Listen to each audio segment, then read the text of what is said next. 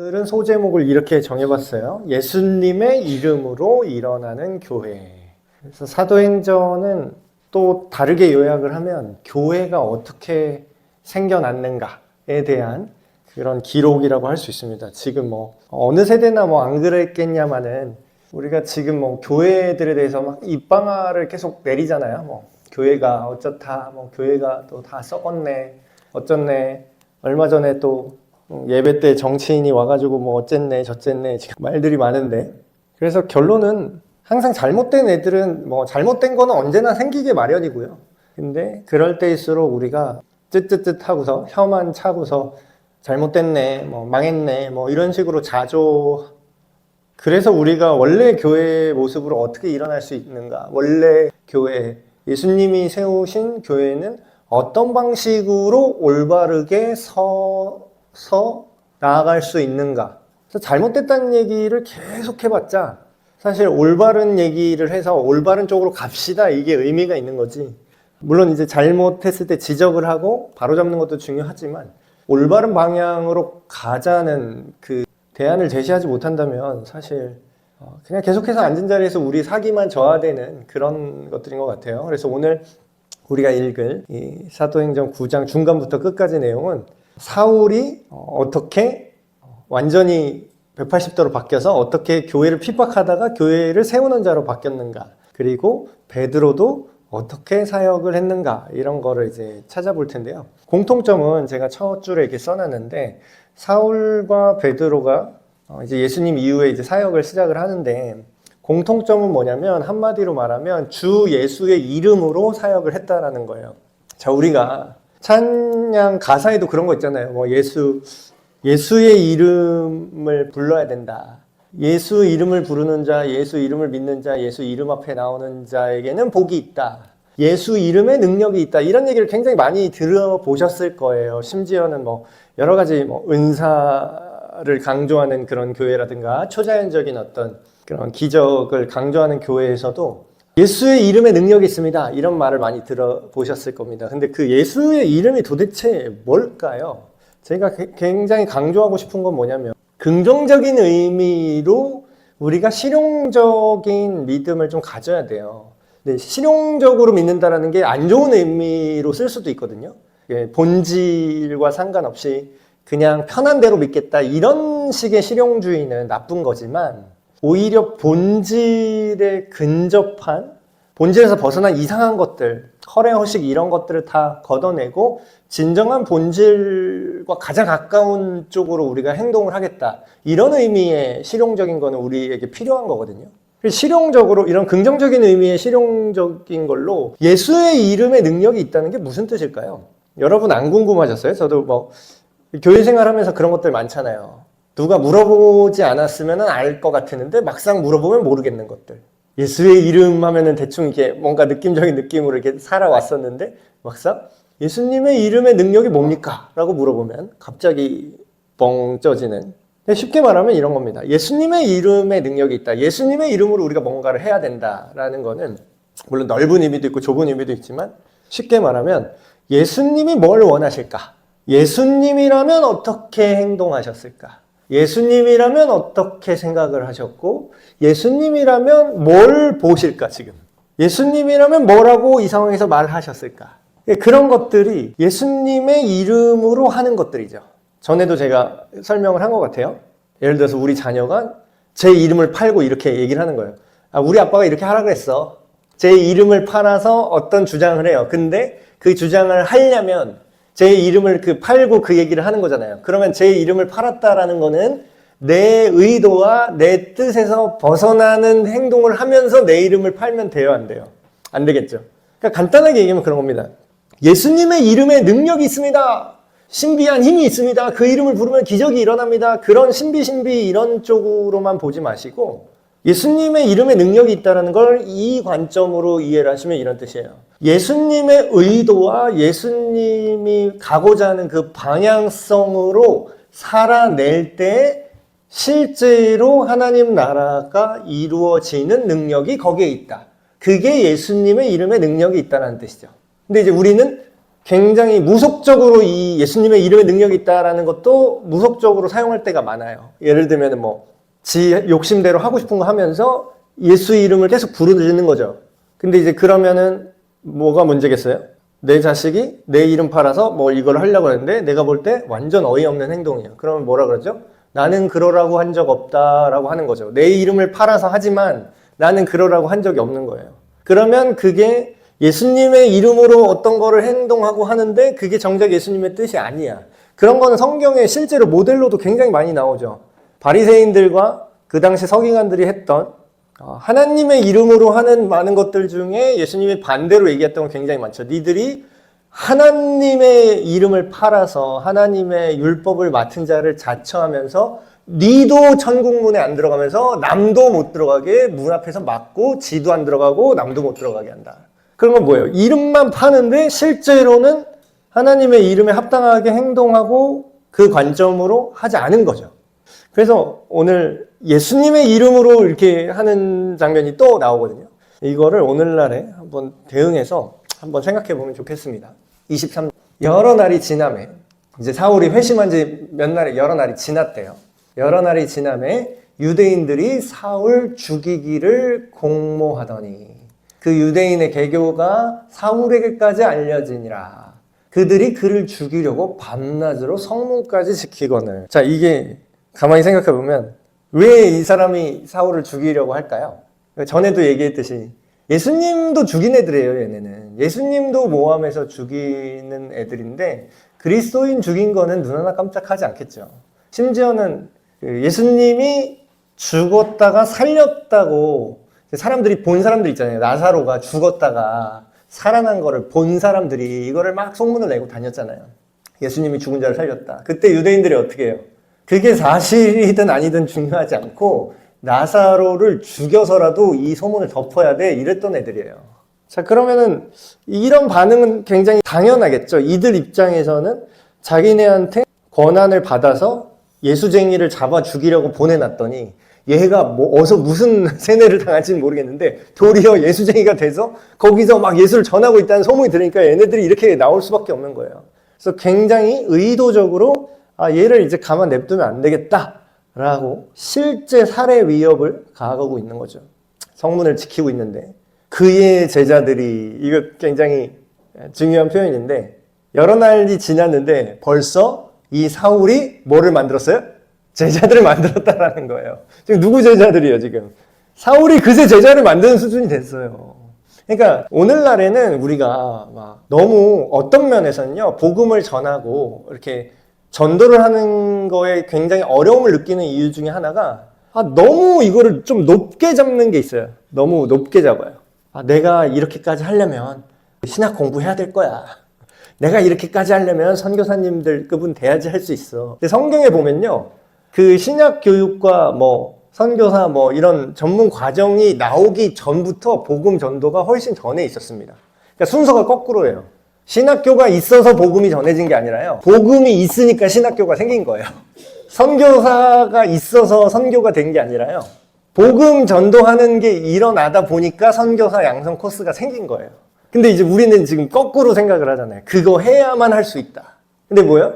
지금 이 예수님을 핍박하다가 회심한 지 얼마 안 된 이 사울조차 뭐예요? 벌써 예수님을 믿는 따르는 자기 같은 제자들을 만들어냈다는 거예요. 그러니까 자기 복제를 하는 거죠. 그의 제자들이 밤에 사울을 광주리에 담아서 성벽에서 달아내리니라. 오죽하면 이 사람을 성벽에 내려서 밤에 이제 성 밖으로 도망치게 지금 시키는 거죠. 달아서 밤에 몰래 내려서 도망치는데 성공을 합니다. 사울이 예루살렘에 가서, 이게 간도 커요. 지금 예루살렘에서 한창 핍박하다가 일로 왔는데 다시 예루살렘을 갔어요. 가서 제자들을 사귀고자 하니, 여기서 말하는 제자는 뭐죠? 제가 전 시간도 말씀드렸죠. 그리스도인, 예수님 믿는 거 따로 있고 제자 되는 게 따로 있다 그랬어요. 예수를 믿으면 제자가 되는 거라고, 돼야 된다고 그랬어요.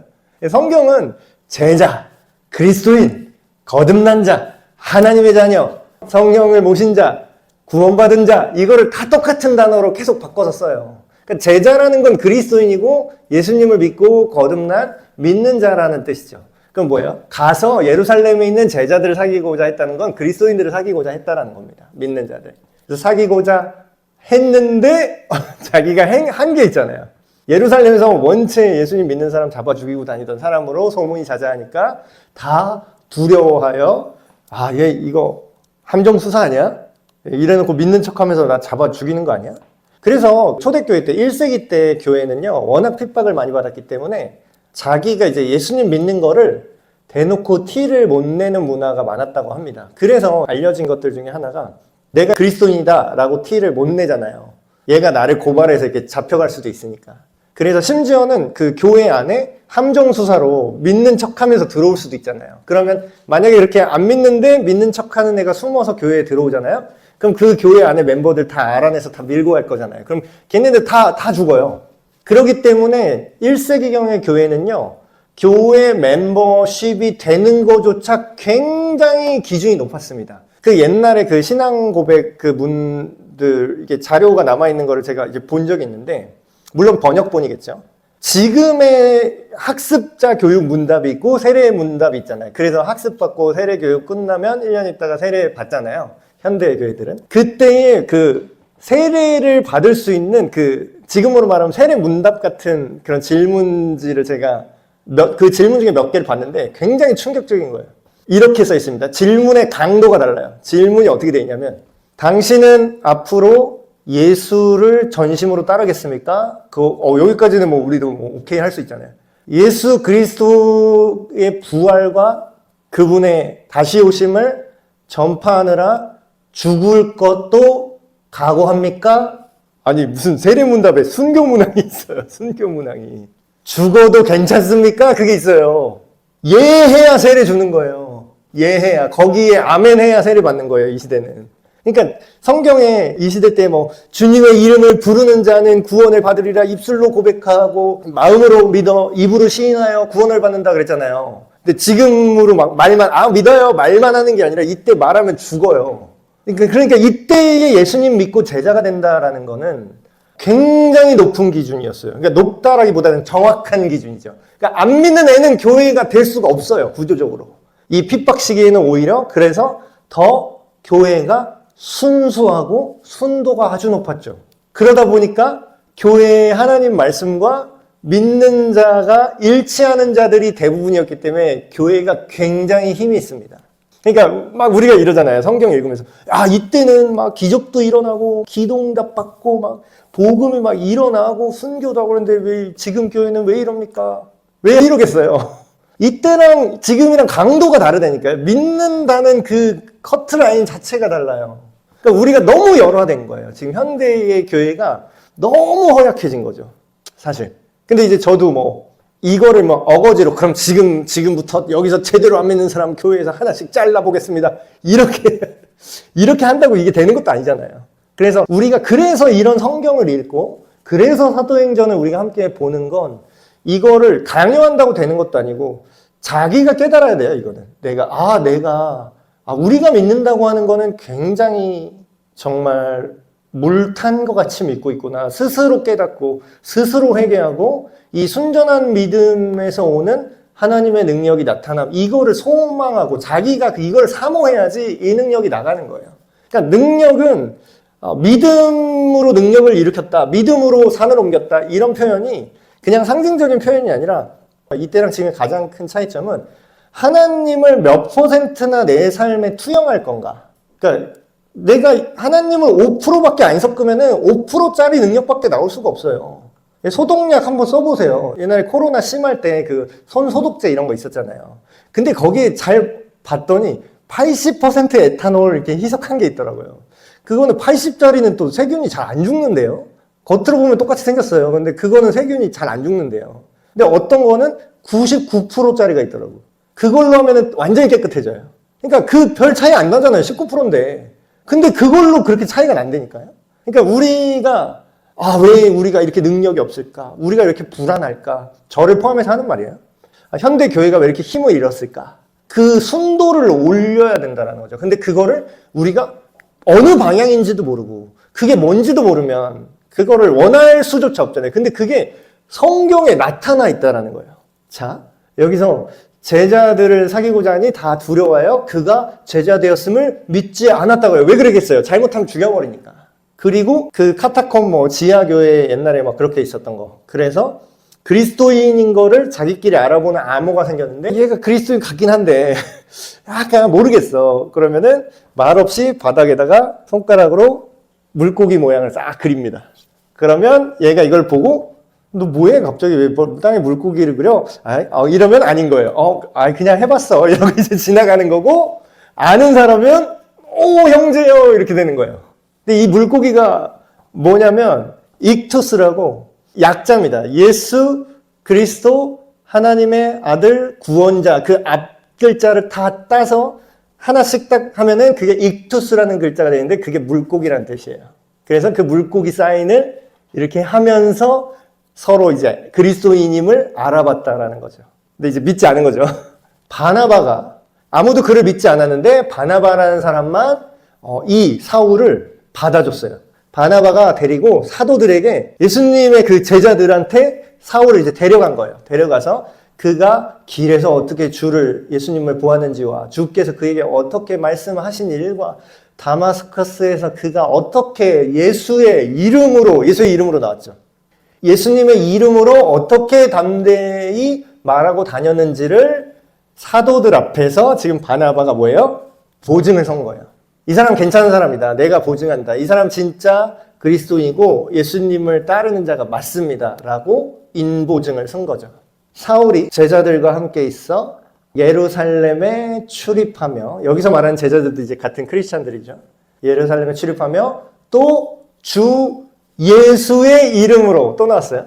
주 예수의 이름으로 담대히 말하고 헬라파 유대인들과 함께 말하며 뭘 했다고요? 변론하니. 변론이 뭐냐면 변론이라고 번역되어 있으니까 너무 딱딱한데 쉽게 말하면 공격들에 대해서 예수님의 입장을 변호하는 거예요. 그러니까 일종의 방어하는 거죠.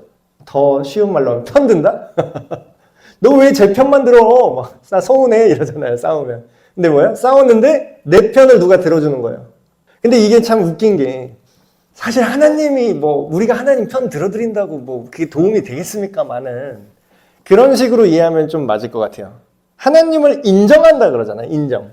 여러분, 하나님을 인정해야 됩니다. 하나님을 부인하지 않고 하나님을 시인해야 됩니다. 이런 얘기 하잖아요. 근데 시인한다라는 게 굉장히 포괄적인 것 같아요. 우리가 간단하게 생각하면 그런 거잖아요. 시인한다 하면은 그래, 하나님 있다고 나는 동의해요. 예수님 십자가에 달리시고 부활하셨다는 거 동의합니다. 인정합니다. 요것만 시인한다고 생각을 하잖아요. 물론 그것도 시인하는 거지만. 근데 저는 어떤 면으로 그런 성경에 그런 말씀 나와 있잖아요. 너희가 사람들 앞에서 나를 부인하며 나를 부정하고 나를 옹호하지 않으면 나중에 하나님과 천사들 앞에서 나도 너를 부정할 거야. 근데 너희가 나를 시인하면 나중에 하나님 앞과 하늘의 모든 천사들과 특별히 이제 재수없는 마귀 새끼들이 항상 이제 공격을 하잖아요. 저놈 새끼 죄인인데요? 저 심두한 죄인인 거 제가 너무 잘하는데 헐뜯을 게 한두 개겠습니까? 마귀가 영적 존재인데 제 잘못하는 거 CCTV보다 더 잘 알겠죠. 제가 평생 살면서 하는 실수들, 잘못들 얼마나 많이 알고 있겠어요. 그거 오만 다 털어보는 거예요, 그냥. 털어서 먼지 안 나온 사람 없이 그냥 다 터는 거예요. 얘가 이랬고요, 얘가 이랬고요, 얘가 목사랍시고 이랬고요, 얘가 이랬는데 어쨌고요, 얘가 막 어쩌고 저쩌고. 그때 어떻게 한다고요? 예수님이 지금 누구 편을 들 거라고요? 하나님을 인정하고 옹호했던 그 사람을 변호하실 거래요, 예수님이. 근데 이제 이 얘기가 뭔 얘기예요? 헬라파 유대인들과 함께 말하면 변론했다라는 건 뭐예요? 이 유대인들은 예수님을 메시아로 인정을 할까요? 안 할까요? 당시 사회 분위기 그냥 기본 세팅을 생각하면 예수는 십자가에서 반란자로 찍혀서 사형당한 인물이에요, 이들에게는. 그리고 유대인들은 당시에 뭐라 그랬어요? 성경에도 써있는데 예수를 메시아라고 주장하는 놈은 출교시킨다 그랬어요. 그 얘기는 뭐예요? 유대 사회에서 정치, 경제, 사회적으로 매장시켜버리겠다는 거예요. 지금도 예수가 그리스도가 아니라고 예수를 그리스도라고 말하는 애들은 하나님의 여호와의 저주를 받을 것입니다 라는 기도문을 지금도 해요. 유대인들은. 지금도 그 기도에 포함시켰어요. 근데 그런 사람들이 지금 사울한테 뭐라고 얘기를 하겠어요? 예수가 메시아가 아닌 이유를 계속 말하겠죠. 예수가 메시아가 아니고 걔는 사기꾼이고 뭐 어쩌고 저쩌고 막 공격하고. 근데 그걸 어떻게 했다고요? 나 잘 몰라. 그런 말 하지 마. 그러지 마. 그냥 이런 게 아니라 뭐라고요? 그걸 변호했대요. 사울이. 야, 이사야서 53장은 어디다 버렸냐? 이사야서 53장은 어떻게 된 거야? 하면서 여러 가지 말로 지금 예수 그리스도에 대해서 예수님의 이름으로 말했대요. 아까 뭐라 그랬어요? 예수님의 이름으로 말한다는 건 예수님의 입장에서 예수님의 시각으로 이 유대인들에게 말을 한 거야. 야, 너 그거 잘못 알고 있는 거야. 그럼 이거는 성경 이거는 어떻게 해석할 건데? 근데 오늘날도 모두가 막 세련되게 막 기독교 변증을 하라 막 이런 건 아니지만 사람들이 그래서 제가 신앙 질문을 계속 하는 거예요. 여러분들이랑 같이. 왜냐면 이것도 사실 어떻게 보면 하나님은 사실 증명하실 필요가 없는 분인데 왜 제가 입 아프게 그거를 욕먹으면서 왜 설명을 할까요? 하나님에 대한 오해들이 있잖아요. 하나님께 대한 어떤 공격들이 있잖아요. 질문들이 있잖아요. 이거 어떻게 된 거예요? 이거 어떻게 된 거예요? 그러면 그거를 우리가 예수님의 이름으로 그거를 대답해 준다는 건 뭔가? 그들이 잘못 알고 있던 것들, 성경에 대해서 오해하고 있는 것들을 우리가 변론하고 말해줄 수 있는 거는 말해줘야 된다라는 거죠. 그게 우리의 믿음에 대한 표현이고, 그리고 우리가 원하는 거는 그들이 정말로 궁금해서 물어본 사람이라면 그것에 대해서 이해하고 깨달아서 그럴 수도 있겠다. 그래서 실제로 바울이 동일인물이죠. 바울이 이렇게 이방 지역을 돌아다니면서 막 아테네나 이런 데 가면서 막 이렇게 말하고 다니던 이런 변론했던 과정들은 뭘 위해서냐면 예수님이 구원자라는 거를 전파하기 위해서 했던 중요한 도구 중에 하나입니다. 그래서 심지어는 막 거기 나오잖아요. 뒤에 그 알지 못하는 신에게라는 그런 제단이 있었대요. 그 당시에 여러 신들 뭐 섬기잖아요. 근데 그 알지 못하는 신에게 이렇게 제단을 만들어 놓은 걸 보고서 그거를 또 건져서 거기서 니들이 알지 못했던 진짜 신이 있다 하면서 또 복음을 전하잖아요. 그래서 이렇게 숨어 있지 않고 드러내고 예수님에 대해서 변호하고 이렇게 나섰다라는 거죠. 근데 그때 어떻게 했다고요? 그 사람들이 죽이려고 했다라는 거예요. 형제들이 알고, 여기서 형제들은 또 뭐죠? 믿음의 형제, 그리스도인 공동체를 말합니다. 형제들이 이걸 알고 가이사랴로 데리고 내려가서 다소라는 지역으로 사울을 보냅니다. 근데 여기서 이제 중요한 얘기가 또 나와요. 다소로 보냈는데 그리하여 온 유대와 갈릴리와 사마리아, 어디서 많이 들은 표현이죠. 예수님이 뭐라고 하죠? 성령이 너에게 임하시면 너희가 권능을 받고 온 유대와 사마리아와 땅끝까지 이르러 어떻게 될 거라고 하셨죠? 예수님이 제자들한테 내 증인이 되리라. 자, 이것도 되게 중요한 얘기예요. 우리가 예수님을 믿을 때 초점이 굉장히 많이 흐트러진 것 같아요. 그러니까 현대 교회들의 예수님 믿는다고 신앙생활을 한다고 했을 때 초점이 흐트러진 것들 중에 하나가 그냥 내 삶을 좀 편안하고 내 마음이 편하고 좀 내가 삶의 위로를 얻고 이게 어떤 목적이 됐어요. 자, 교회를 왜 나오세요? 이러면 삶이 힘들었어요. 뭐 그것도 아주 틀린 말은 아닌데 예수님이랑 목적이 일치하진 않죠. 여러분 지금 예수님이 뭐라고 얘기하죠? 왜 이런 일이 성령님이 왜 오셔야 된다고 얘기한 거예요? 내 증인이 될 것이다. 그러니까 사실 우리가 풍성한 삶을 살고 우리가 평안한 삶을 살고 죄로부터 자유를 누리고 그게 어디 있냐면 그게 거기에 포함되어 있는 거예요. 핵심은 뭐예요? 예수님의 그 진리가 예수님의 구원이 우리에게 있는 사람은 어떻게 한다고요? 전파하게 돼 있다라는 거예요. 그러니까 예수님 믿는 거랑 전도와 선교가 옛날에는요 구분되지 않았어요. 근데 현대는 못되게 돼가지고 이게 분업화한답시고 예수님 믿는 사람 따로 믿고요. 전도하는 사람 따로 있게 생각을 해요. 선교사님 선교한 사람은 따로 있고 말씀 전하는 사람은 따로 있고 물론 모두 다 전공자처럼 할 수는 없겠지만 근데 뭐예요? 이때는 모든 믿는 사람이 마치 하나인 것처럼 이 모든 요소를 다 갖고 있었다라는 거예요. 그 똑같은 워딩을 그대로 쓰는데 온 유대와 갈릴리와 사마리아 교회가 평안하여. 자, 편안과 평안은 다릅니다. 편안했어요? 이때가? 편안은 진짜 아무런 문제가 없고 평화로운 상태를 편안하다라고 하잖아요. 소파에 이렇게 누워있고 편안한 거죠. 근데 이때 교회가 편안한가요? 잡아 죽이려고 지금 쫓아오는 사람들이 있는데 편안한 거랑은 거리가 멀죠. 근데 뭐라고 나와요? 평안하대요. 그러니까 이거는 하나님이 보시는 샬롬. 이거는 뭐냐면 실제로는 이렇게 요동치고 있어도 하나님의 시야로 볼 때는 잘 되고 있어 라고 볼 때 평안이라고 합니다. 평안. 폭풍 속에 있어도 제대로 가야 될 곳을 가고 있을 때 그럼 하나님은 그걸 평안하다고 합니다. 교회가 편안하진 않은데 어땠다고요? 평안했대요. 그리고 어때요? 든든히 세워져 간대요. 교회가. 든든히 세워져 가는 기준이 지금이랑 좀 다릅니다. 지금 사람들이 흔히 생각하는. 여러분 교회가 든든히 선다는 게 뭘까요? 사람들이 많이 오해하고 있는 것들. 교회가 든든히 선다는 게 뭘까요? 요새 사람들이 생각하는 거 일반적으로 교회에 뭐 재산이 많고 교회 안에 사람이 많고 교회에 뭐 인프라가 잘 되고 교회 규모가 크고 그런 거를 일반적으로는 교회가 든든히 세워졌다라고 생각을 하죠.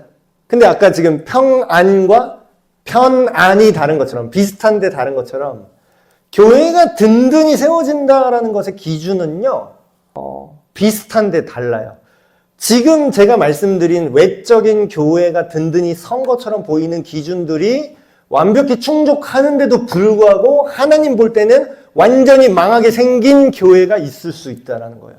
자, 든든히 서 가고 했죠. 그 근거. 뭐가 든든히 쓴 교회냐? 주님을 경외함과 성령의 위로로 진행되는 교회. 자, 위로인데 세상적인 위로가 아니라 누구의 위로라 그래 지금? 성령님의 위로를 따라가는 교회래요. 그래서 이런 교회가 이런 공동체가 이런 제자들의 수가 많아지니라. 자, 수만 많아지는 게 중요한 게 아니에요. 어떤 사람들의 수가 많아져야 된다고요? 주님의 경외하는 자들의 수가 많아져야 된다는 거예요. 어중이 떠중이 수가 많아지면 오히려 교회의 건전성이 무너져요. 제가 실제로 사역 현장에서 경험한 게 제가 진짜로 느끼고 그런 얘기를 많이 하고 다녔는데 어느 공동체든 그러니까 예를 들어서 제가 옛날에 그 청소년부 맡아서 사역을 했을 때 그때 제가 딱 느낀 게 있었어요. 그 교회 공동체가 어느 부서든 뭐 어떤 교구든 여기가 살지 죽을지 그거를 잘 제가 표면적으로 딱 느껴지는 게 있었는데 예를 들어서 뭐 청소년부가 20명이라고 해요.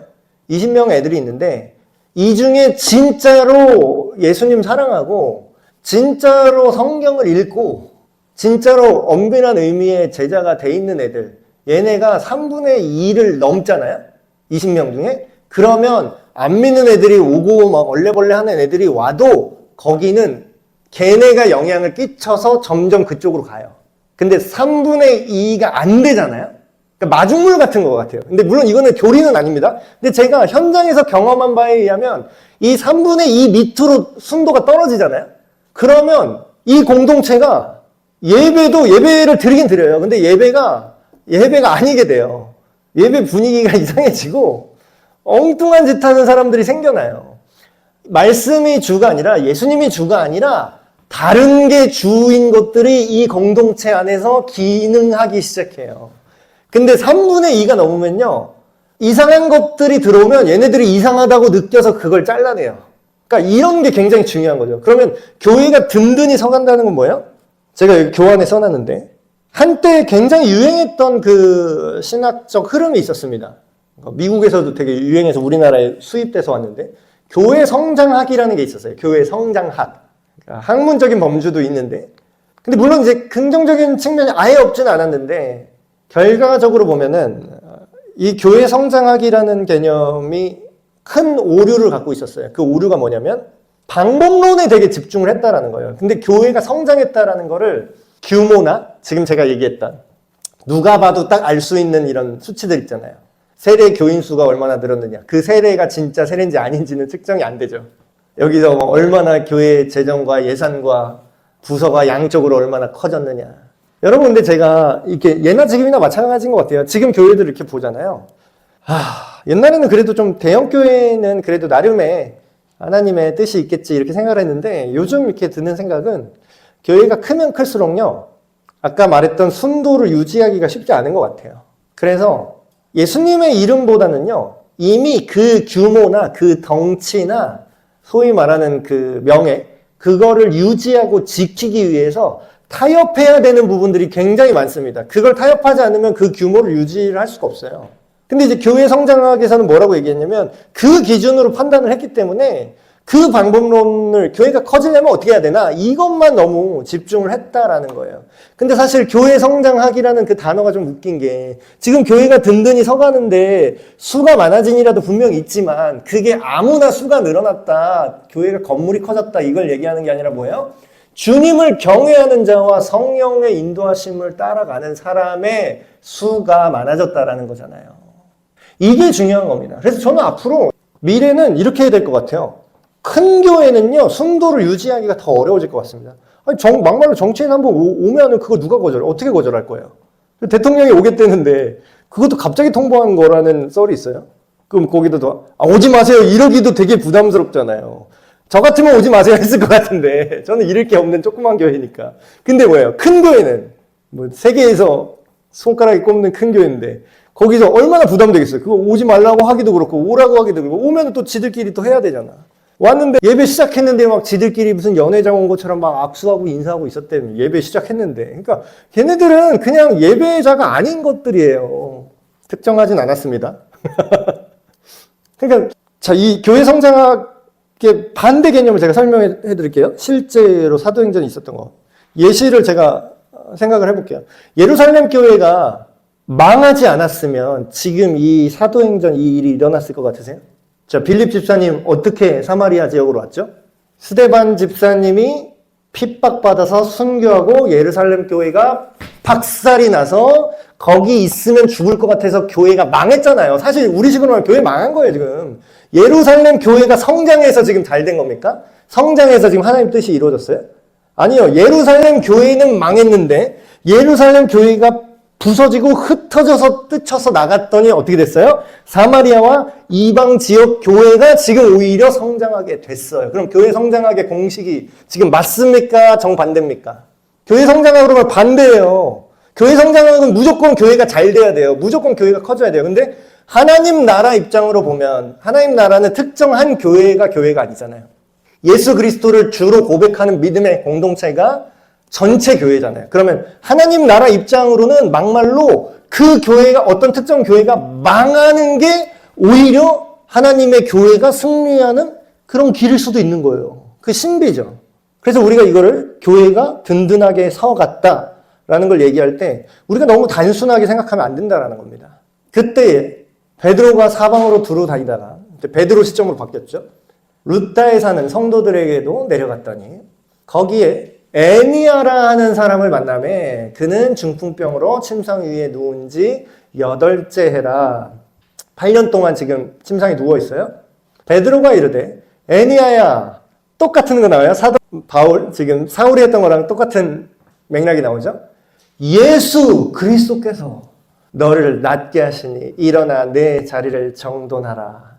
어디서 많이 본 것 같은데 여러분, 제자는 제자예요. 베드로가 예수님이 그 중풍병자를 일으키시고 걷지 못하는 자에게 일어나서 네 자리를 걷고 가라, 안식일에 치유하신 그거를 베드로가 봤는데 그걸 지금 베드로가 똑같이 해요. 이것도 다른 말로 하면 뭐예요? 예수님의 이름으로 지금 한 거잖아요. 예수님의 이름으로 내 자리를 정돈하라 한데 그 기적이 일어났어요. 곧 일어나니 루다와 사론에 사는 사람들이, 이 지역 사람들이 다 이 사건을 보고 놀랐어요. 근데 놀르고 신기하다 하고 끝난 게 어떻게 됐다고요? 이걸 보고 많은 사람이 예수님께로 돌아왔대요.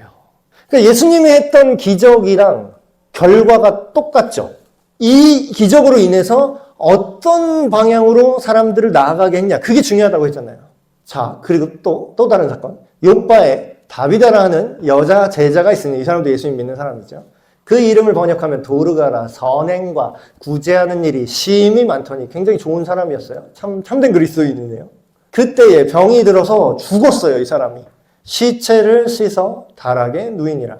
루다가 욥바 지역에서 가까워서 제자들이 베드로가 거기 있음을 듣고 두 사람을 보내어 지체 말고 와달라고 간청을. 이것도 어디서 많이 본 것 같죠? 베드로가 예수님이 했던 거를 그대로 재현합니다. 나사로가 죽었습니다 라고 보내서 예수님이 청하잖아요. 굉장히 복선 같아요. 복선 회수. 그래서 간청해서 갔어요. 베드로가 일어나 그들과 함께 가서 이르매 그들 데리고 다락방에 올라가니 모든 과부가 베드로 곁에 서서 울며 도르가가 그들과 함께 있을 때 지은 속옷과 겉옷을 다 내보이거늘. 굉장히 살아생전에 잘 하셨던 분이죠. 어디서 많이 본 사건이죠. 여기까지 보면 나사로 사건과 굉장히 비슷하죠. 베드로가 사람을 다 내보내고 무릎을 꿇고 기도하고 돌이켜 시체를 향하여 이르되 다비다야 일어나라 하니 그가 눈을 떠 베드로를 보고 일어나 앉는지라. 제가 성경 드라마 저희 가족끼리 보고 있다고 계속 말씀드렸는데 그 초전이라는 드라마 보면 베드로가 예수님이 나사로 살릴 때 그 자리에 있었어요. 베드로가 그걸 보면서 굉장히 놀라워하고 이외에도 예수님 주변에서 예수님이 병든 자를 일으키시고 이거를 베드로가 채찍근으로서 많이 봤단 말이죠. 근데 지금 이렇게 베드로가 예수님이 하신 그대로 일을 하는 거예요. 물론 이게 베드로의 능력이 아닌 거는 여러분 아시죠? 베드로가 이제 무제한으로 사람을 살리고 다녔으면 뭐 장의사분들은 다 굶어 죽었겠고. 근데 그게 아니라 여기는 기록되지 않은 하나님께서 주시는 감동이 있었겠죠. 근데 제가 여기 교환에 써놨는데 이게 그 예수님의 예언하신 거에 실현된 겁니다. 자, 요한복음 14장 12절에 보시면 예수님이 제자들한테 이런 얘기를 하세요. 너희가 나보다 더 큰 일을 할 거야. 이렇게 얘기를 하셨어요. 자, 그럼 우리가 언뜻 생각하면 예수님은 하나님이신데 하나님보다 우리가 큰 일을 할 수 있나? 이렇게 생각이 들잖아요. 근데 이제 예수님이 이 말씀을 하신 이유는 이런 거예요. 예수님은 이 당시 기준으로 육신을 갖고 육신의 한계를 그대로 경험하면서 사셨죠. 예수님이 하나님이시지만 성경에 보면 육신을 입고 이 땅에 제물로 오신 상태이기 때문에 예수님이 고통을 느낄까요? 안 느낄까요? 예수님도 때리면 아프고 심지어는 예수님이 배도 고파요. 아, 배고프다. 그리고 예수님이 피곤하기도 해요. 그쵸? 근데 지금 이후에 예수님이 부활하시고 승천한 다음에 내가 가야 너희에게 성령께서 오실 거야. 그가 오시는 게 너희에게 더 유익이다 하고 예수님이 말씀하셨죠. 그 얘기는 뭐예요? 성령의 능력으로 제자들은요, 이제 시간과 공간을 예수님보다도 더 초월해서 사역을 할 수 있어요. 예수님 복음 전하셨잖아요. 공생의 기간 동안 3년 동안 복음 전했는데 예수님이 어디까지 전한지 아세요? 기껏해야 이 근방이에요. 근데 사도행전 뒤로 가고 쭉 뒤에 신약 성경 쭉 읽어보면 제자들 복음 어디까지 전하는지 아세요? 온 세상으로 나가요. 온 세상으로. 그러니까 이런 의미로 너희가 나보다 더 큰 사역을 할 거야. 나의 능력을 힘입어서 온 세상에 복음을 전하게 될 거야 라고 이렇게 예고하신 그 일이 지금 일어나고 있는 거죠. 예수님이 하셨던 죽은 자를 살리는 그 기적까지 지금 베드로가 일으킨 거예요. 정확히 말하면 베드로를 통해서 하나님이 일하신 거죠. 그래서 이 죽었던 사람이 살아요. 그래서 베드로가 손을 내밀어 일으키고 성도들과 과부들을 불러들이고 그가 살아난 것을 보여줬대요. 사람들 엄청 깜짝 놀랐겠죠. 그럼 지금 이 얘기는 뭐예요? 예수님을 죽이려고 했던 인간이 나사로도 죽여버리자 이래서 예수님을 덮으려고 그랬잖아요. 근데 예수님 부활했다고 계속 이 제자들이 사울도 베드로도 제자들이 계속 전하고 다니잖아요. 그쵸? 지금 전하고 다니는데 또 뭐예요? 예수님이 했던 거랑 똑같은 기적을 지금 베드로가 했잖아요. 그럼 이거 본 사람들은 어떻게 했어요? 계속 예수 그리스도가 진짜였구나라고 전하고 다닐 거 아니에요. 그러니까 뭐예요? 예수님은 십자가에서 죽였어도 예수님이 부활하신 이후에 그 제자들에게 사명을 전하셨는데 그 사명대로 사는 사람들을 막을 수가 없는 거예요. 기하급수적으로 늘어납니다. 예수님 한 명 죽여서 끝날 줄 알았는데 지금 예수님 같은 행동을 하는 애들이 계속 늘어나는 거예요. 그러니까 이제 죽여도 오히려 복음은 더 살아서 왕성하게 나가는 거죠. 그래서 살아난 걸 보니까 사람들이 깜짝 놀랐는데 이걸 온 이 지역 사람이 욥바 사람이 알고 많은 사람이 어떻게 됐다고요? 베드로를 칭송한 게 아니라 예수님을 믿더라. 예수님도 이런 걸 하셨구나. 아, 예수님이 했던 그 일을 똑같이 했네 이 사람이. 아, 그럼 예수님이 부활하신 게 맞구나. 부활의 능력도 이 이름에 예수의 이름에 부활의 능력이 있구나. 사람들이 믿게 된 거죠. 베드로가 요바에 여러 날 있어 시몬이라는 무두장의 집에서 머무니라. 아멘. 그래서 오늘 9장 여기까지 했는데 두 가지 기도 제목으로 우리가 함께 기도해 줬으면 좋겠습니다.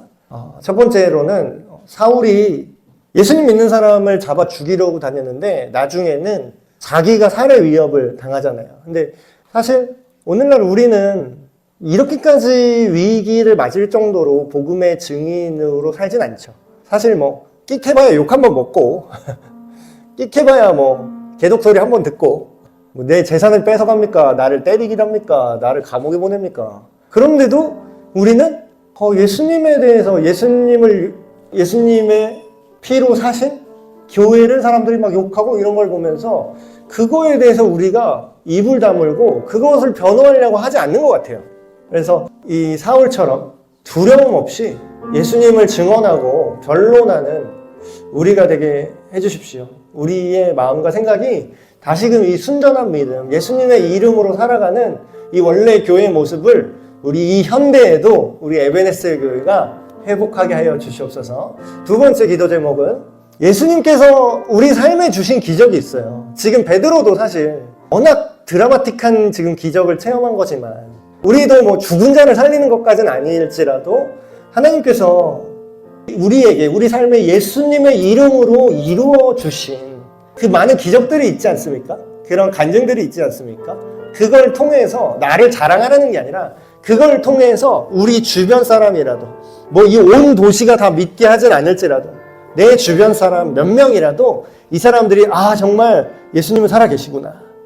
예수님은 우리를 살리는 이 기적을 오늘도 일으키시는구나. 그거를 전할 수 있는 우리 삶이 되게 하여 주시옵소서. 다 같이 한 마음으로 기도하시겠습니다. 하나님 아버지, 오늘날 이렇게 핍박에도 불구하고 주님을 부정하지 않고 오히려 성경 말씀을 옹호하고 주님을 변호하는 그 자리에 우리가 서길 원합니다. 우리가 억울하게 욕을 먹고 잘못 알려진 생각으로 우리 교회를 상처 입히는 많은 사람들이 있는데 그럴 때마다 우리가 자성의 목소리뿐만 아니라 온전한 주님의 진리 안에서 하나님이 세우신 그 순전한 교회의 모습을 우리가 온전히 증거하게 하여 주시옵소서. 예수님의 이름으로 교회가 든든히 세워지길 원합니다. 이 세상이 원하는 이 세속적인 성장과 세속적인 부흥이 아니라 예수님을 믿고 신뢰하고 따라가는 주님을 경외하는 주님을 예배하는 온전한 주님의 제자들로 우리의 교회가 더욱더 일어나게 하시고 든든히 서게 하시고 많은 믿는 자의 수가 늘어나게 하여 주시옵소서. 하나님, 우리 삶에 주신 기적들을 기억하길 원합니다. 우리가 너무나 감사하지 못하고 너무나 당연하듯 받아들였던 것이 뒤돌아 생각해보면 기적이었음을 고백합니다. 하나님, 우리 삶 속에서 기적을 일으켜 주시고 우리 주변과 우리 지역에 주님의 놀라운 생명의 역사를 일으켜 세워주셔서 많은 사람들이 그 기적을 보고 듣고 경험함으로 예수님께로 돌아올 수 있도록 주님 인도하여 주시옵소서. 하나님 아버지 감사합니다. 오늘 사울과 베드로가 예수님의 이름으로 나아갈 때 삶을 살아낼 때에 주님의 몸된 교회가 더욱더 굳건히 세워지고 그 안에서 주님을 경외하고 성령의 위로하심을 받는 일이 늘어남을 다시 한번 확인했습니다. 우리가 우리의 욕심으로 우리를 만족시키는 교회, 우리를 만족시키는 종교 생활을 하는 것이 아니라 온전히 하나님의 마음에 합당한 참된 평안을 주시는 주님의 진리로서 우리 에베네셀 교회의 건이 든든하게 세워지게 하여 주시옵소서. 우리 주 예수 그리스도의 이름으로 기도하옵나이다. 아멘.